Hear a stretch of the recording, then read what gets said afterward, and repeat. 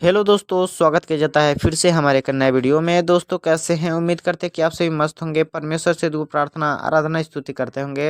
And guys, इस video के and तक बने रहिए एंड चैनल पे नए हैं तो सब्सक्राइब कर लीजिए। चलिए शुरू करते हैं आज की इस वीडियो को। दोस्तों जैसा कि आप सब जानते हैं कि प्रभु यीशु मसीह का आगमन बहुत जल्द होने वाला है, इसलिए हमें तैयारी करके रहना है कि प्रभु यीशु मसीह कब आ जाएंगे और हमें कब लेने के लिए आ जाएंगे, और हमें उस दिन को धोखा ना खाने पाए, इसलिए हमें पहले से तैयार रहना है। चलिए प्रभु यीशु मसीह के कुछ वचनों को पढ़ेंगे और फिर उनसे प्रार्थना करेंगे कि परमेश्वर हमें जीवित रखे अपनी स्तुति आराधना के लिए, और हमें स्वर्ग जाने के लिए यहाँ पे जीवित रखें कि ताकि हम अपने भविष्य को बना सकते हैं और जीवन को अपने सफल बनाएं, कि ताकि हम स्वर्ग राज में स्थिर रह सके युगानुयुग। तो चलिए शुरू करते हैं परमेश्वर के वचनों को पढ़ना। मत्ती अध्याय 3 उसकी 14 आयत तक पढ़ेंगे। आप सभी ध्यान देकर सुनिए और समझने की पूरी कोशिश करिए। जब वह जैतून पहाड़ पर बैठा था तो चेलों ने एकांत में उसके पास आकर कहा, हमें बता कि ये बातें कब होंगी, तेरे आने का और जगत के अंत का क्या चिन्ह होगा। यीशु ने उनको उत्तर दिया, सावधान रहो, कोई तुम्हें भरमाने ना पाए, क्योंकि बहुत से ऐसे होंगे जो मेरे नाम से आकर कहेंगे मैं मसीह हूँ, और बहुतों को भरमाएंगे। इसलिए लड़ाइयों और लड़ाइयों की चर्चा सुनो तो घबरा ना जाना, क्योंकि इनका होना आवश्यक है, परंतु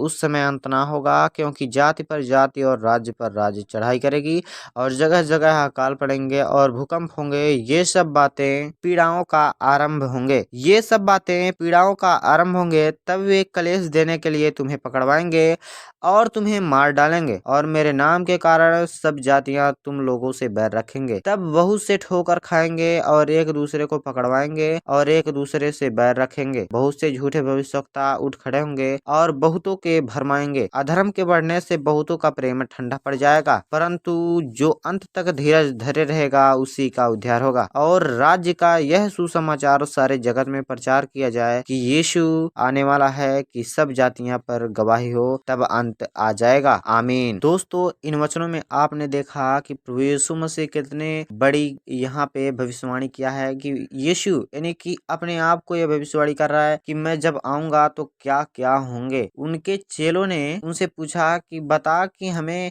आप जब आएंगे तो क्या चिन्ह होगा कि हम जान सके कि आप आएंगे। तो प्रभु यीशु मसीह ने कहा कि सावधान रहो कि कोई तुम्हें भरमाने ना पाए। अगर आप दूसरे के कहे हुए बातों पे जाते हैं कि प्रभु यीशु मसीह झूठा है, वह नहीं आएगा, तो आप उस दिन पछताएंगे, क्योंकि प्रभु यीशु मसीह का जो वचन है वह कभी मिटता नहीं और ना ही धुलता है। वह वचन सत्य है। प्रभु यीशु मसीह के वचन में लिखा है कि ऐसा कोई बिंदु नहीं जो पूरा ना हो। इसलिए हमें परमेश्वर के वचनों पे हमें ध्यान करना चाहिए और विश्वास भी करना चाहिए। इसलिए परमेश्वर का वचन यहाँ पे कहता है कि तुम लड़ाइयों और लड़ाइयों की चर्चा सुनो तो घबरा ना जाना, क्योंकि इनका होना आवश्यक है, परंतु उस समय अंत ना होगा। अगर आप इन सभी चीजों को देखते हैं तो आप घबराइए नहीं, क्योंकि इस समय अंत नहीं होगा। और यहाँ पे लिखा है कि अकाल पड़ेंगे और भूकंप होंगे, ये सब बातें पीड़ाओं का आरंभ होंगे, तब कलेश देने के लिए लोग तुम्हें पकड़वाएंगे और तुम्हें मार डालेंगे। इसलिए सब जातियां तुम लोगों से बैर रखेंगे, तब बहुत से ठोकर खाएंगे और एक दूसरे को पकड़वाएंगे। यहाँ पे लिखा है कि एक दूसरे को पकड़वाएंगे और झूठे भविष्यवक्ता भी उठ खड़े होंगे। इसलिए हमें दूसरों की बातों को नहीं मानना है, हमें बाइबल के वचनों को मानना है और परमेश्वर के वचनों पर ध्यान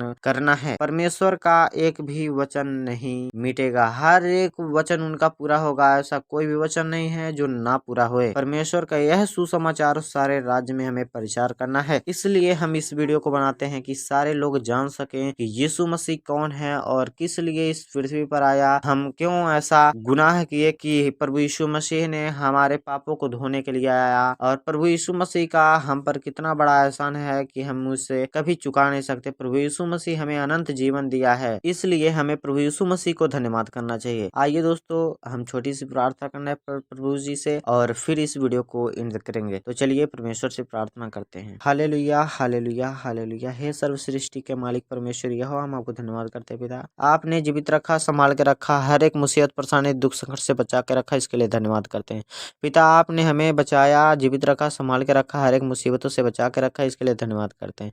खाने के लिए अच्छी चीज चीज़ों का इंतजाम करता है, सोने के लिए बिस्तर का इंतजाम करता है, इसके लिए धन्यवाद करते हैं पिता।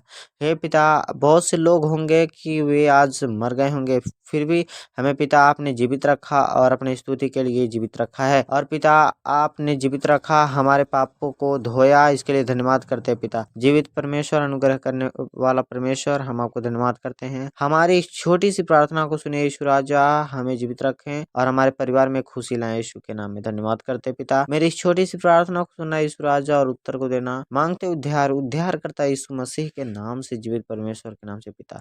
सुनिए और ग्रहण कीजिए पिता, आमीन।